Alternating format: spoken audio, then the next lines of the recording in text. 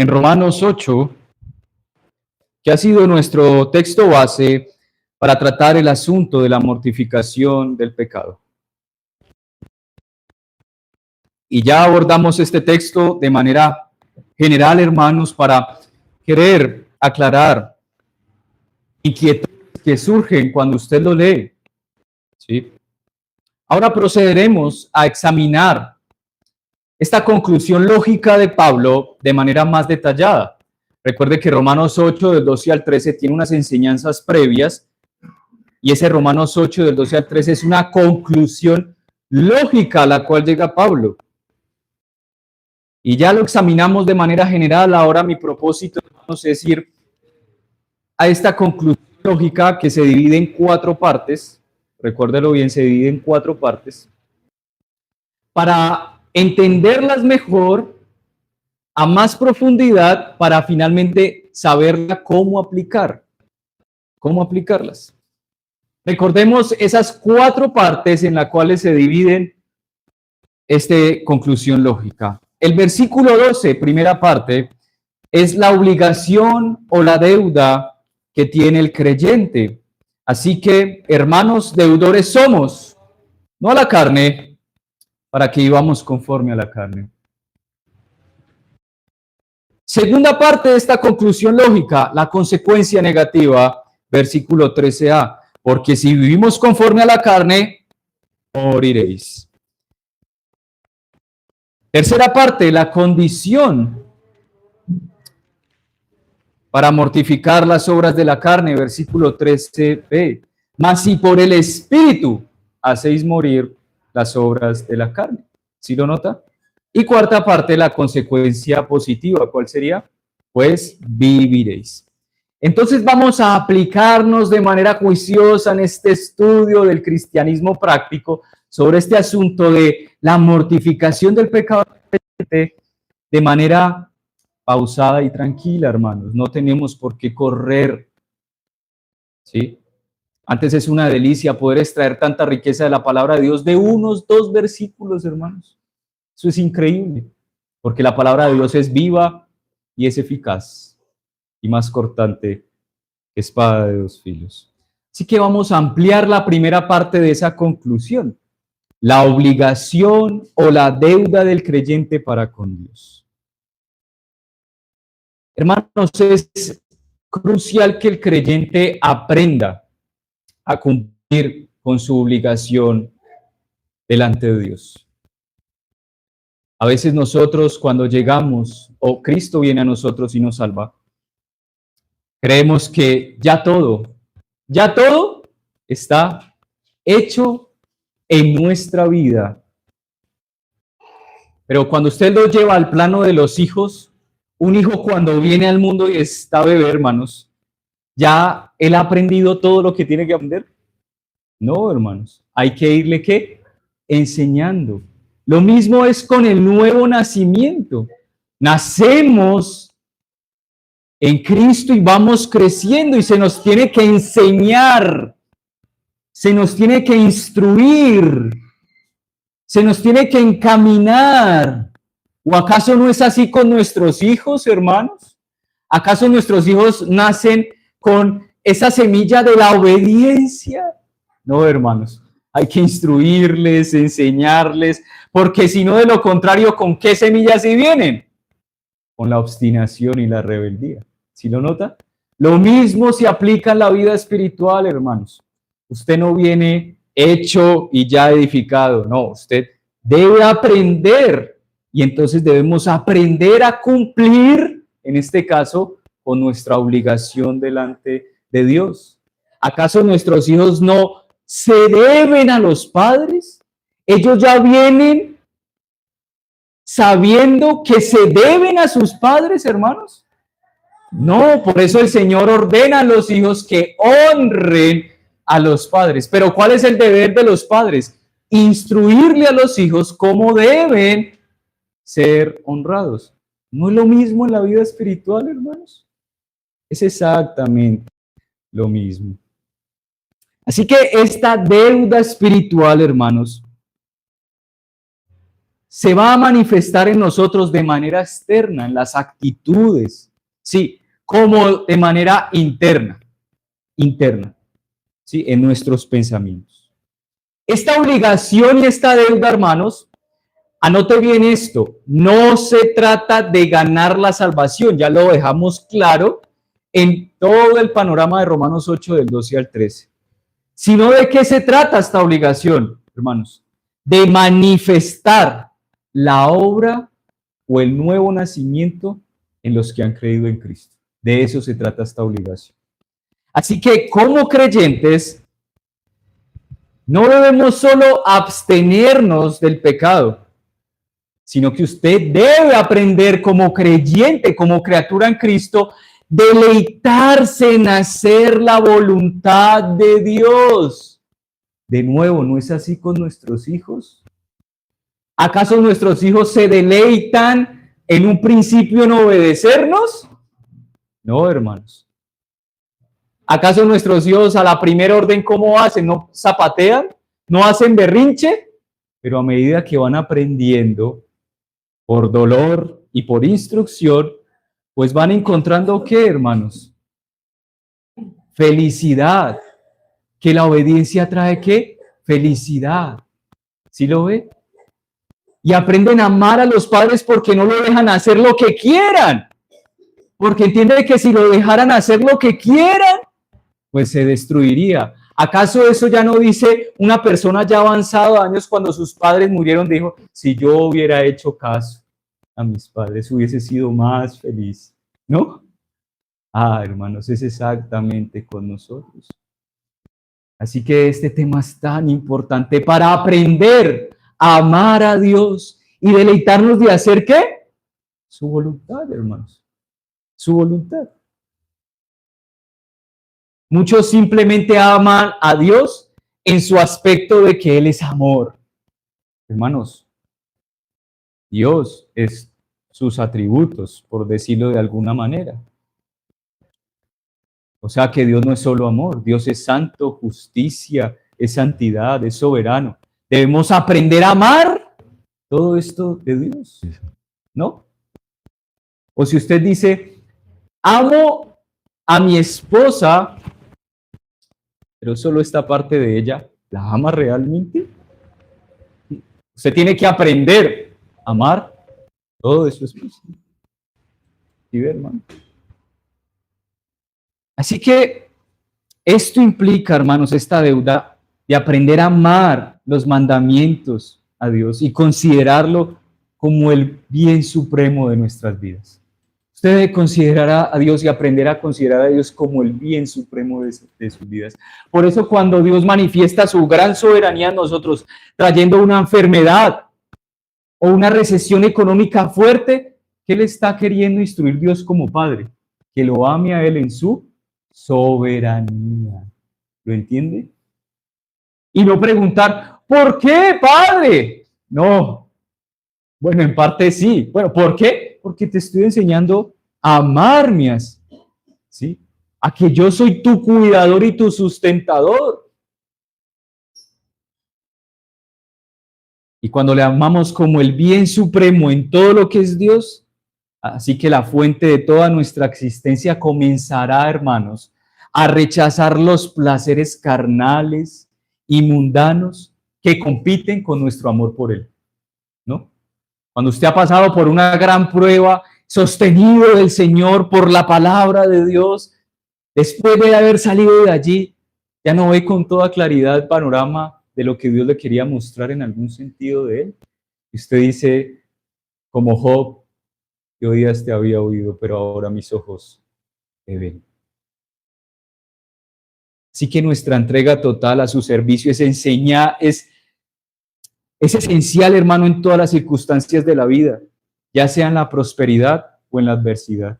La salud o la enfermedad. Y para lograr esto, hermanos, primero debemos entender entonces de qué se trata nuestra obligación, que nos dice Romanos 8:12. También qué nos dice la Biblia acerca de ella. Pero también es cómo llevamos a cabo esa obligación para con Dios, aprendiendo a amarle en medio de las circunstancias buenas, malas para nosotros, etc.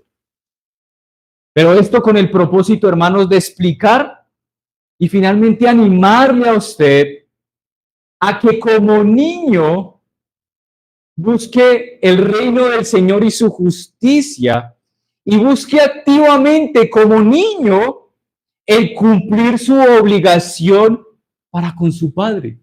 ¿No es eso lo que usted le exige a sus hijos?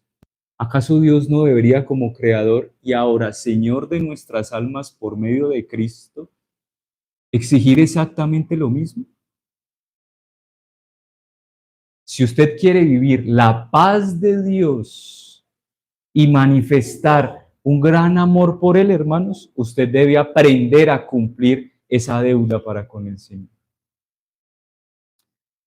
Así que el pasaje leído anteriormente de Romanos 8:12, aunque no se menciona explícitamente a quién debemos la deuda, el contexto del capítulo 8 ya lo hemos examinado, hermanos. Habla claramente que esa deuda es para quién, para con Dios, para con Dios. Y de nuevo, esta deuda para Dios no es una deuda de obras para salvación, sino una deuda de gratitud y servicio. De nuevo, la ilustración la voy a usar mucho para con nuestros hijos. Piénselo, hermano. ¿Nuestros hijos nacen amándonos? ¿Sí? No, hermanos. En medio del cuidado que le dan los padres a los hijos, de darle la ropa, el vestido, cuidarlo del frío, del calor, de apechicharlo, etcétera, se va formando en el niño un amor hacia sus padres, pero él no nació con ese amor de manera natural. ¿Sí lo ve? Se va formando. Así lo mismo, hermano, para con nosotros. Esta deuda de Dios no es una deuda de obras para salvación, sino una deuda de gratitud. De nuevo, cuando ya está usted viejo, hermano, ¿acaso usted ya no está agradecido con sus viejos por lo que hicieron con usted? Usted quiere manifestar ese amor, ¿no? Bueno, con Dios es igual manera. ¿Qué ha hecho Dios por nosotros? ¿No le ha dado una nueva vida, le pregunto, en Cristo? ¿O no la experimenta? Pero también nos dice lo que hará por nosotros. ¿Y qué hará por nosotros? Ya lo vimos, glorificarnos, darnos una vida eterna con Él, con un nuevo cuerpo, hermanos. Así que, ¿cuál es esa deuda de deber que tenemos para con Dios? Tome nota allí. ¿Cuál es esa deuda o deber que tenemos para con Dios? Perfeccionarnos en la santidad, en el temor de Dios. Repita conmigo, hermanos. Perfeccionarnos en la santidad, en el temor de Dios. Hermanos, y con perfeccionar, no nos estamos refiriendo a alcanzar una perfección absoluta en el sentido humano. No nos estamos refiriendo a eso. Pues si algo tenemos como creyentes en el momento de César es que, hermanos, no somos perfectos, ¿no? De hecho, que somos incapacitados para cumplirle a Dios, ¿no? Que por causa del pecado estamos destituidos de la gloria de Dios. Pero sí quiere decir ese perfeccionar que como creyentes no debemos conformarnos. Como creyentes, oiga bien, no debemos conformarnos ni contentarnos con el estado actual de nuestra vida de santidad, sino que debemos esforzarnos y anhelar un mayor crecimiento en nuestra santidad, hermanos. Esta es la enseñanza del apóstol Pablo en Filipenses 3, del 12 al 14. ¿Qué dice Pablo? No es que ya lo haya alcanzado o que ya sea perfecto, sino que sigo adelante a fin de alcanzar aquello por lo cual también fui alcanzado por Cristo. Hermanos, dice Pablo, yo mismo no pretendo haberlo ya alcanzado, pero una cosa hago, olvidándome ciertamente lo que queda atrás y extendiéndome a lo que está delante, prosigo hacia la meta. ¿Sí lo nota? Usted no se puede contentar con su estado actual como creyente. No se puede contentar. Usted debe mirar atrás todos los días y decir, no estoy contento. Quiero perfeccionar la santidad en el temor del Señor. Pablo nos lo enseña y debo proseguir hacia esa meta. Pregunto, Cuando usted lee eso de Pablo, ¿acaso no siente el deseo ardiente de estas palabras del apóstol Pablo de querer conformarse cada vez más a la voluntad de Dios? Usted puede leer el compromiso que Pablo tiene consigo mismo delante de Dios, de toda su existencia terrenal, hacia una mayor conformidad hacia la imagen de Cristo. ¿Lo siente? Usted puede ver la disposición de Pablo de dejarse moldear por el Espíritu Santo para una excelencia espiritual. Usted puede ver eso, hermanos, en las palabras del apóstol Pablo en Filipenses 3. De igual manera, hermanos, ese debe ser nuestro deseo, debe ser nuestro compromiso y debe ser nuestra disposición de perfeccionar la santidad en el temor al Señor. ¿Lo ve, hermano? Este debe ser su deseo, su disposición, su compromiso. Si usted hoy está contento con quién es usted como cristiano, en cuanto a la santidad, hermano, debe acercarse a Dios y pedir que renueve un espíritu recto delante del Señor. ¿Así no lo dice el salmista?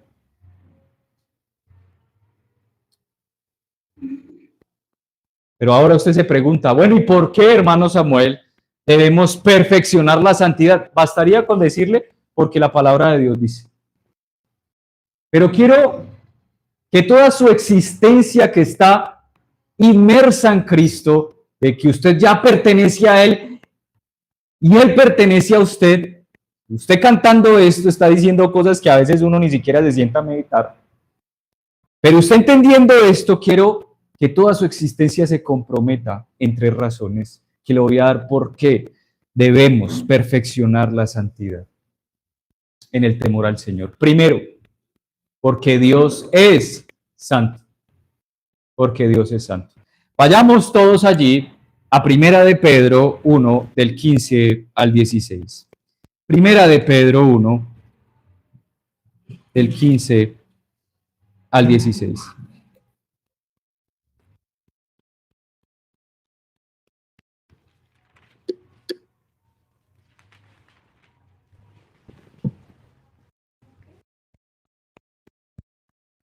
Dice allí, sino como aquel que os llamó es santo, sed también vosotros santos en toda vuestra manera de vivir.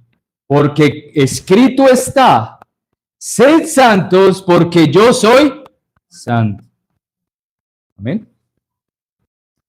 Hermanos, el apóstol Pablo está instruyendo a los creyentes para recordarles como a niños cuál es su llamado delante de Dios. ¿Y cuál es ese llamado? A la santidad. Pero observe que este llamado a la santidad se refiere a la santidad en la conducta. ¿Sí lo nota? Dice sed también vosotros santo en toda vuestra manera de vivir. Es en cuanto a la conducta. Y Pedro usa allí, hermanos, la palabra santo, lo cual implica ser ¿qué? Apartado y consagrado para Dios.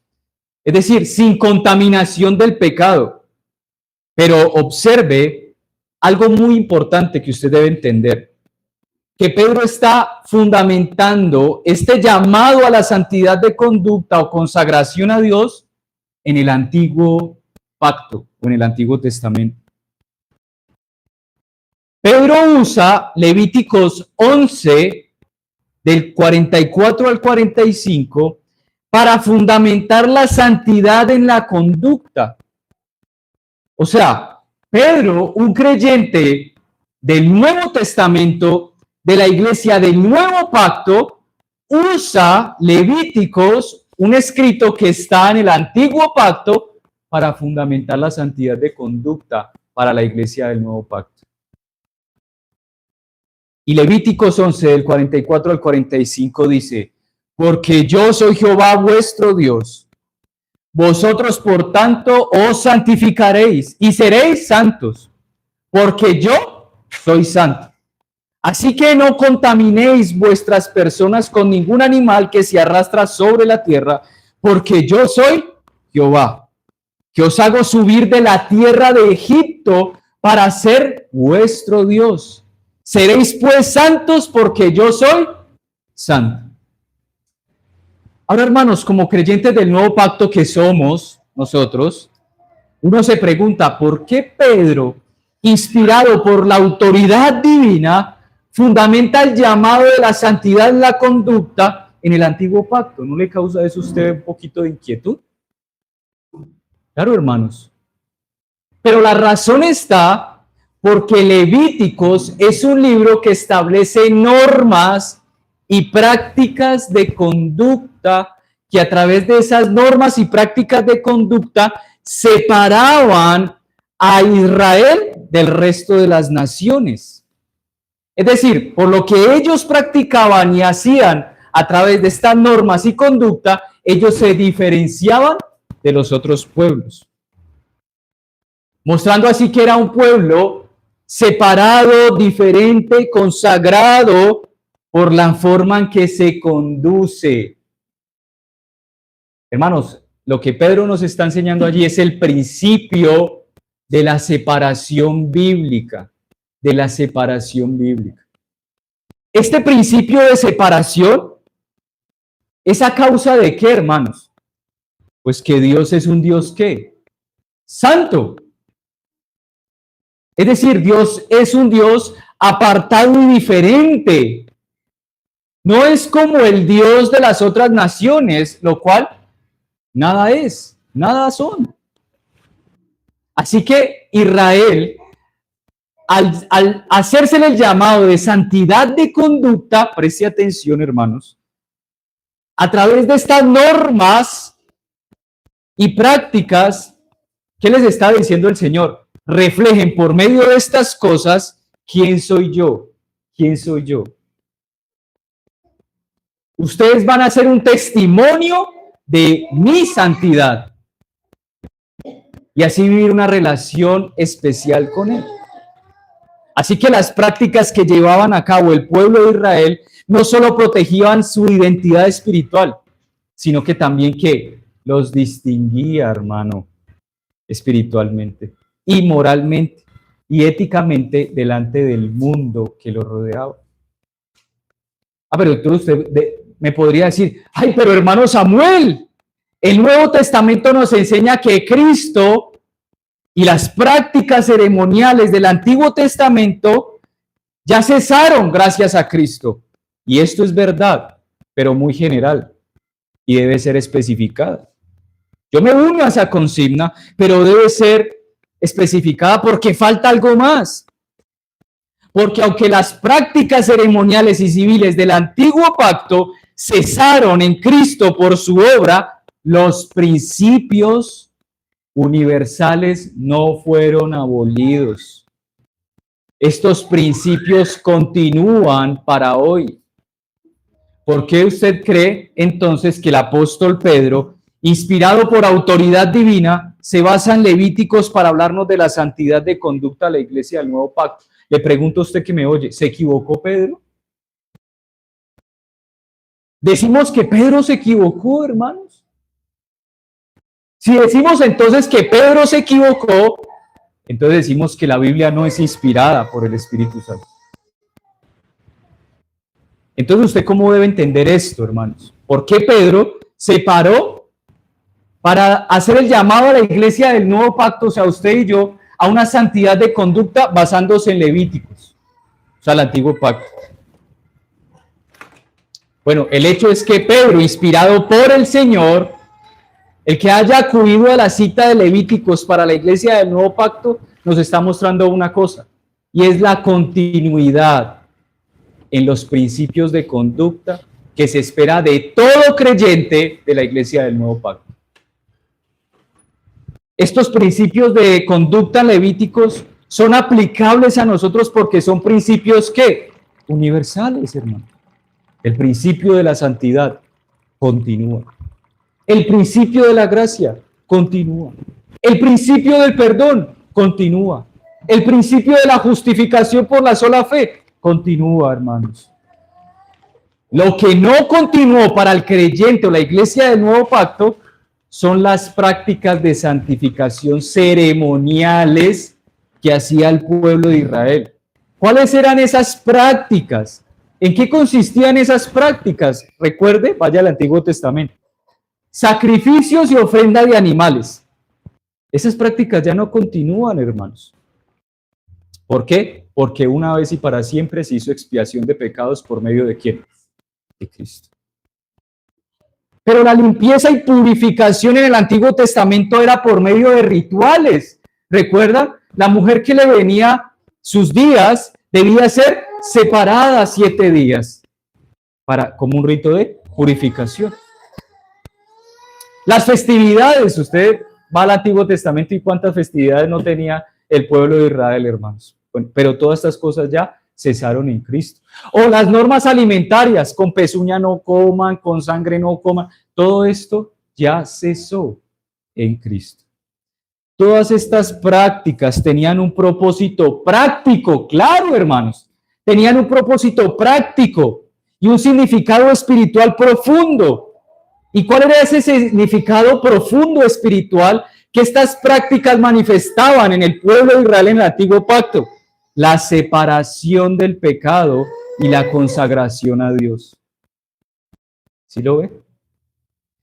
Mas ahora el creyente del nuevo pacto, hermanos, la práctica de la santificación en su vida la realiza por medio de las obras de Cristo o la obra de Cristo redentora y la obra santificadora del Espíritu Santo y los medios de gracia que Dios establece para la iglesia del nuevo pacto. Ya no por medio de ritos ceremoniales de purificación. No me vayan a salir aquí que la persona enferma entonces tiene que retraerse unos días. Evidentemente se sigue un principio, hermano, que si usted tiene algo que es contagioso, pues usted se retrae muy natural por cuidar, ese es el principio de ética, ¿sí lo ve? Por cuidar la vida de otros. Pero, es que usted tiene que tantos días retraerse. Bueno, hermanos, pues eso ya ahí entramos en cosas que no podemos medir, ¿sí? Pedro y otros apóstoles argumentan que la iglesia del nuevo pacto, que la forman judíos y gentiles, o sea, usted y yo, que han creído en Cristo como el Señor y Salvador, también deben reflejar la santidad de Dios en su conducta y carácter. ¿Por qué, hermanos? Porque eso es una expresión interna, es una expresión interna ¿de qué? De la nueva vida en el creyente. De nuevo el apóstol Pedro, hablando a la iglesia del nuevo pacto, le muestra cuál es su identidad como pueblo de Dios. Y note primera de Pedro 2:9. ¿Cuál es su identidad, hermano? A la iglesia del nuevo pacto. Mas vosotros sois linajes escogidos, real sacerdocio, nación santa. ¿Sí lo ve? Y cuando usted lee esos términos, ¿hacia dónde apuntan? ¿Acaso no son términos del antiguo pacto? ¿Sí ve, hermanos? O sea que la santidad de conducta y de vida continúa. Por lo tanto, claro, Cristo cumplió las demandas de la ley ceremonial que exigía el antiguo pacto, pero ahora esas exigencias de santidad que se encuentran en el cumplimiento y la expresión completa en Cristo, pero a través de la iglesia. Reflexionen esto. Cada vez que usted toma la Biblia e encuentra que la Biblia hace referencia a la iglesia como el cuerpo de Cristo, Efesios lo va a encontrar esa palabra, o en Romanos, cuando usa esa palabra del cuerpo de Cristo, hermano, ¿usted qué piensa? ¿Qué medita? Sobre cuando usa eso de que la iglesia, o sea, los que han creído en Cristo, son el cuerpo de Él. Hermano, ¿acaso eso no está expresando de manera clara que nuestro cuerpo manifiesta lo que hay interiormente? ¿Acaso el cuerpo no manifiesta lo que pensamos? ¿Acaso nuestra lengua no dice lo que hay en el corazón? ¿Eso no son principios bíblicos? Dice Proverbios que tal cual es el pensamiento del hombre, así es. O de la abundancia del corazón habla la boca. Cuando la Escritura habla de la iglesia como el cuerpo de Cristo, ¿qué nos está informando? Que nosotros somos la manifestación corporal de Cristo. Entonces, la santidad de conducta, ¿acaso no debemos llevarla a cabo, hermanos? Si un creyente no se compromete de manera santa a llevar una vida santa, íntegra delante de Dios, quien es la manifestación del cuerpo de Cristo, una iglesia reunida, hermanos, me pregunto, entonces, ¿qué diferencia hay entre el mundo y el hombre impío? Ninguna. La iglesia es la manifestación de la santidad de Dios.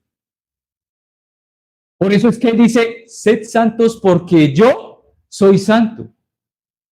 La santidad nuestra no puede estar desligada de lo que Dios es. Por tanto, somos el cuerpo. ¿Lo ve, hermanos? Por fin entiende esa metáfora del cuerpo.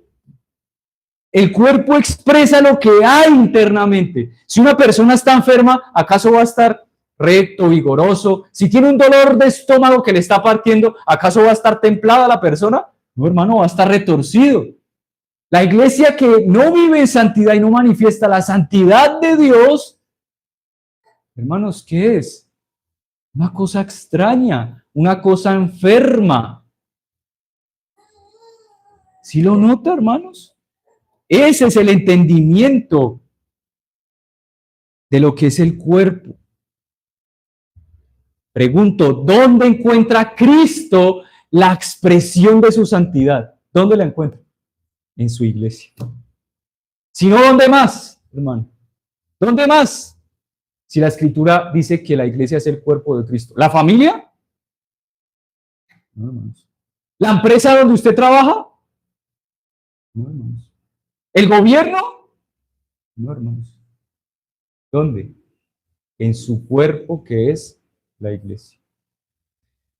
Por esa razón, Pedro nos insta a una conducta santa, porque la conducta santa es un reflejo de lo que la iglesia manifiesta de Cristo.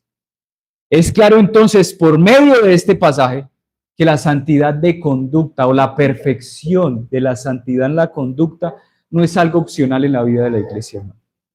Es decir, no, pues yo voy a cambiar mi conducta a ver pues sí, más o menos. No, hermanos, no es una opción. Usted debe ir perfeccionando la santidad de su vida a medida que más luz el Señor le arroja, a medida que más le informa por el Espíritu Santo que tales cosas no son correctas, que tales cosas no glorifican a Dios, porque eso exhibe a nuestro glorioso Dios. ¿Sí?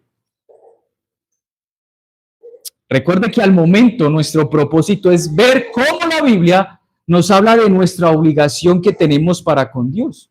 Y le he mostrado entonces la primera razón. ¿Cuál es? Porque Dios es santo. Y nuestra vida como iglesia debe manifestar, ¿qué? Pues a nuestro Dios santo.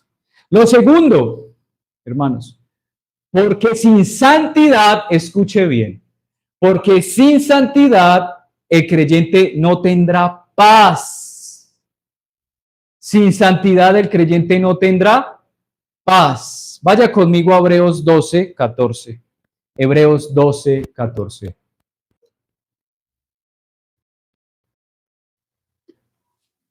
Hebreos 12, 14.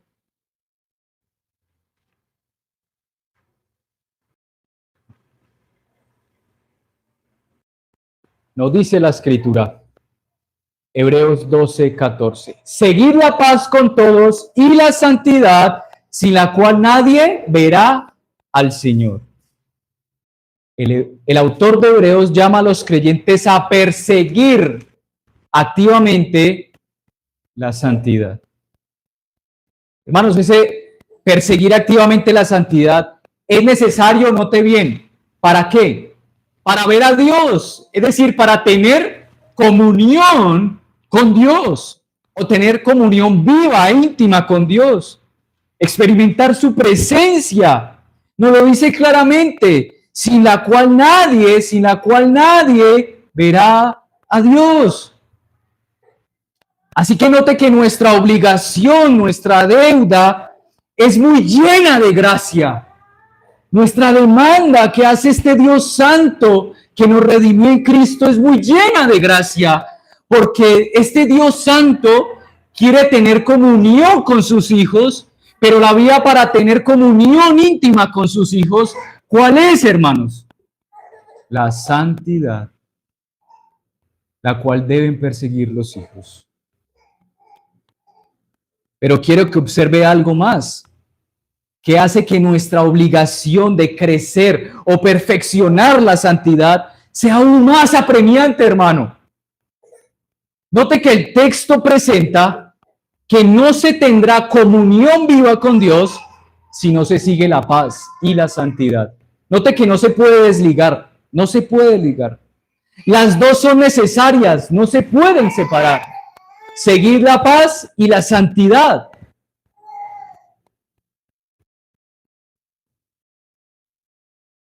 La paz es indispensable, hermanos, para la producción de la santidad. La paz es indispensable para la producción de la santidad. Hermanos, cuando se experimenta paz de Dios, la paz de Dios en nuestra vida a causa de la obra reconciliadora de Cristo, ¿acaso usted no se concentra en buscar más a Dios? ¿Más en crecer en santidad? Usted no tiene algo que le está obstaculizando, un conflicto interior que no le permite a usted concentrarse en buscar a Dios, sino que usted le está estorbando. Hay una barrera allí. ¿Acaso usted no lo ha experimentado? En su comunión con Dios, cuando usted peca hay algo que no lo deja tranquilo, que le obstaculiza para seguir avanzando en el amor al Señor. Ahora, la santidad es indispensable para el mantenimiento de la paz. Nótelo, estas dos no se pueden separar. La paz es necesaria para la producción de santidad. ¿Por qué, hermanos? Porque si yo estoy en paz, puedo fácilmente ir creciendo en mi relación con Dios. ¿Sí lo ve? Pero sin santidad, hermanos, no puede haber un mantenimiento de la paz. Es decir, que la santidad es esencial para mantener la paz con Dios. Piénselo bien, piénselo muy bien. Cuando usted peca contra Dios, ¿acaso no experimenta un gran malestar interior? Le pregunto, ¿puede acaso usted estar en paz? La santidad es vivir una vida separada del pecado y consagrado a Dios. Así que la santidad, ¿qué va a promover en su relación con Dios? Una conciencia limpia y tranquila de que usted está caminando en obediencia con Él. ¿Eso no lo ve usted en sus hijos? Cuando sus hijos en lo oculto hacen algo, ¿cómo se acercan a usted? Lo miran de reojo, están intranquilos, comienzan a decirle te amo, papá, le comienzan a sobar, y uno ya sabe por dónde. ¿Qué hiciste, hija? ¿Qué hiciste, hija? Algo no te tiene en paz. ¿Qué hiciste? Mi hija es experta en eso y yo ya me la conozco. Cuando ella se orina por pereza, porque ella ya sabe ir al baño, ella orina, hermanos. La niña de tal manera sabe que hay algo que no está bien. Y ella comienza a mirarme, a incomodarse y aún con la mamá. ¿Sí? Usted lo nota. Eso es así. Y así no somos con Dios. Note bien que esta es una realidad de la experiencia del creyente. Así que un creyente que no camina en santidad puede verse perturbada su relación por esto, hermano. Hay constantes ataques, culpas, remordimientos y tristeza. La única manera, pues, de mantener nuestra paz y una conciencia limpia delante de Dios es cumplir con nuestra obligación de perfeccionar la santidad. No me diga, hermano, que alguien que profesa ser creyente y afirme que tenga paz, pero vive en pecado. Hermanos, no puede. no puede decir que tiene paz con Dios si está viviendo en el pecado. No puede. La Biblia enseña que esa persona se está mintiendo y se está engañando a sí misma, ya que la verdadera paz de Dios no puede coexistir con una vida de pecado no arrepentida, no puede coexistir. Por eso es que la confesión de pecado se hace tan necesaria, ¿sí lo ve? Pero la confesión seria, hermanos, como la que hacemos aquí por el pueblo. Señor, pedimos arrepentimiento porque no nos hemos consagrado a tu servicio en las reuniones específicas, ¿sí la ve? Pero uno pide oración en lo personal, Señor, confesión de pecado, Señor, perdóname. No lo sé por qué, pero perdóname. ¿Qué conciencia de pecado hay ahí, hermano? Ninguna. Por otro lado, hermano, si alguien piensa que vive una vida de santidad, pero no experimenta paz en su corazón, es necesario que se examine si entiende correctamente lo que significa la comunión con Dios. Ya que la verdadera santidad está conectada íntimamente con una comunión a través de Jesucristo. Entonces, hasta ahora, hermanos, ¿qué hemos visto? Dos razones por las que estamos obligados a perfeccionar la santidad. Porque Dios es santo y la iglesia, como es el cuerpo de Cristo, debe manifestar la santidad de Cristo. Y hemos visto, hermanos, segundo, que sin santidad no se experimenta paz, pero sin paz no se puede producir santidad. Veamos ahora la tercera razón, hermanos.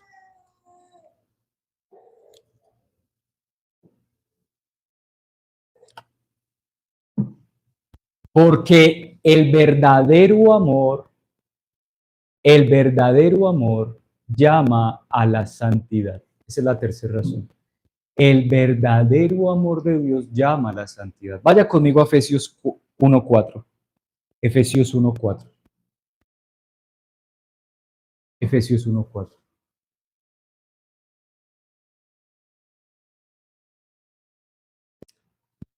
Efesios 1:4, hermanos.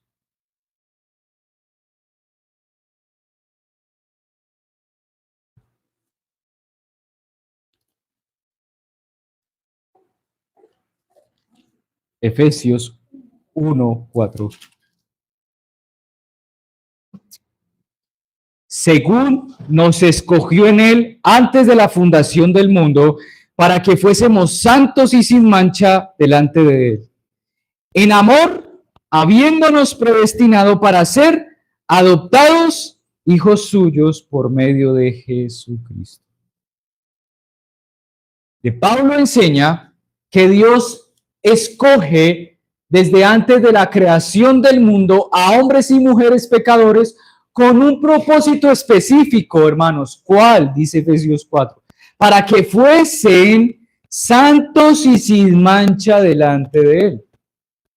Así que al leer este pasaje notemos que el acto de gracia de Dios llamado elección establece el propósito por el cual Dios te llamó a ti.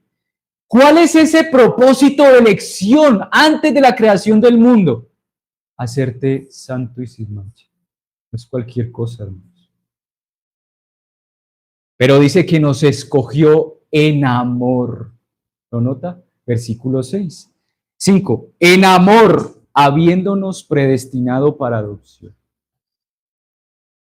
Hermanos, el que Dios escoja, la fuente de donde Dios escoge a los salvos es la fuente de ¿qué? De amor, de amor. No hay otra fuente, hermanos, el amor. El ambiente en que el Señor establece el propósito por el cual salva a un hombre o a una mujer para que estos sean santos, ese ambiente, ¿cuál es? El amor. Por lo tanto, si entiendo bien, hermanos, el amor de Dios es el que nos está llamando a apartarnos para Él, a vivir para Él. ¿Sí lo nota? Es el mismo amor. Y por eso, hermanos, aquí el asunto es tan importante, que el verdadero amor se manifiesta en santidad, hermanos. ¿Acaso eso no es así cuando usted asiste a una boda matrimonial y se leen los pactos? yo te seré fiel hasta la muerte. No habrá nadie más. Hermanos, ¿qué es eso? ¿No se está separando? ¿Acaso esas palabras no están manifestando con palabras solamente el verdadero amor? Es que no puede existir, hermano, un verdadero amor sin santidad. Es que no puede. Piénselo en el plano terrenal, en las relaciones de los hombres. Imagina una persona que dice amar a su familia profundamente, pero que constantemente miente y engaña a su familia. Aunque él pueda tener unos sentimientos hacia su familia increíble, unos afectos, pero sus acciones de mentir y engañar contradicen el amor que declara. ¿Por qué, hermanos? Porque la falta de sinceridad, fidelidad en su comportamiento socava la confianza y la relación que puede existir. Mostrándonos así, hermanos, que el amor sin santidad, en este caso la honestidad y la fidelidad, no es realmente amor verdadero. Por lo tanto, no puede existir amor verdadero sin santidad. ¿Por qué es nuestra obligación, hermanos, perfeccionarnos de la santidad? Porque usted me dice que ama a Dios. ¿Cómo se va a manifestar ese amor? Apartándose cada vez más para Dios. Hermanos, en un contexto más amplio, entonces considere el matrimonio de la misma manera. ¿No sería así? Yo digo, amo a mi esposa, pero todavía tengo relaciones extramatrimoniales. Te amo a esposa, pero tengo otras personas por allí. Hermanos, eso es perverso, diabólico y satánico. Eso no es amor de Dios. Si no hay santidad, no hay amor de Dios. Es que en las relaciones personales no es así. Nos enojamos y sacudimos. ¿Cómo viniste a hacer eso? Pero cuando con Dios.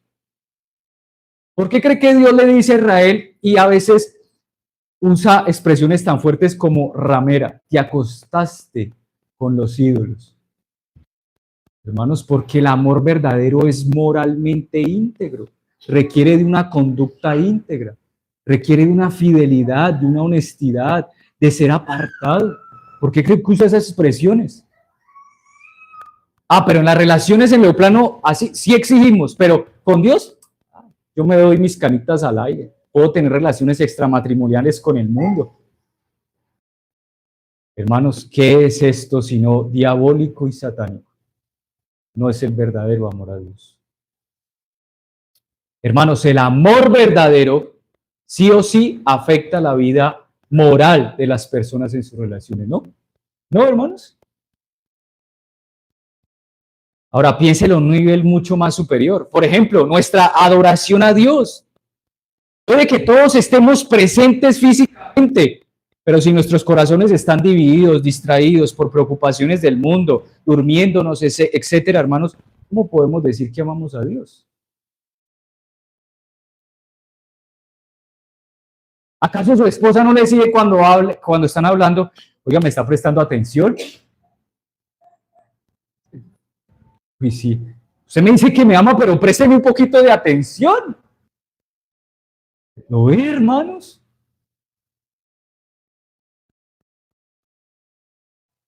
Hermanos, el amor sin santidad es una cosa horrible, horrible. Creo que nadie quiere tener una relación así. Y si usted por dentro se está justificando, pero bueno, es que, hermanos, entonces considero en el plano terrenal, ¿usted quisiera una relación así? Bueno, yo no. Si usted tiene ahí un problema con el masoquismo y que le guste que lo traten mal y todo, hermano, es un asunto que acérquese a mí y hablemos. Entonces tenemos 3 obligaciones de perfeccionar la santidad, porque Dios es santo. Porque sin santidad, hermanos, no hay paz verdadera. Como sin santidad tampoco hay amor verdadero. ¿Lo nota, hermanos? Por eso es que nuestra obligación para con Dios es que perfeccionar. No podemos estar contentos con la situación en la que estamos, como creyentes, con nuestra conducta, con nuestra manera de vivir. ¿Cómo podemos decir que estamos en paz y sabiendo que tenemos en reserva un pecadillo por ahí? No, hermanos, no podemos. ¿Quiere que el amor de Dios crezca, que esa relación se avive? Hermanos, perfeccione la santidad. Esto está tan lleno de gracia porque el Señor le llama a esta relación de amor, pero las condiciones las pone Él, hermanos. Él es el Señor, las condiciones las pongo yo. Y si Él me exige que para tener una relación conmigo debe ser por medio de Cristo y para mantener una comunión, no relación, una comunión, porque a pesar de que yo pueda fallar a mi esposa, la relación continúa. Puede continuar, por supuesto, hermanos. Pero la comunión se va a ver constantemente, ¿qué? Quebrantada. ¿Sí lo ve? Es diferente relación y comunión. Por lo tanto, hermanos, es necesario perfeccionar la santidad y que este tema lo pongamos muy cerca del corazón, hermanos. ¿No le parece? Debemos aprender. Tal vez hoy empezamos este estudio aquí en un nivel así y a medida que vamos avanzando el Señor nos dé gracia que como iglesia cada vez más brille la paz con Dios, el amor con Dios, la santidad. ¿No le parece increíble, hermanos? Que haya un arrepentimiento en todos nosotros como iglesia. Uy, hermano Samuel, es que ha sido increíble cómo el Señor me ha permitido ir creciendo en amor por Él. Ah, si está creciendo en eso, hermanos, debe haber perfeccionamiento en la santidad. Algo debe estar sucediendo allí. Amén. Bien, hermanos, vamos entonces a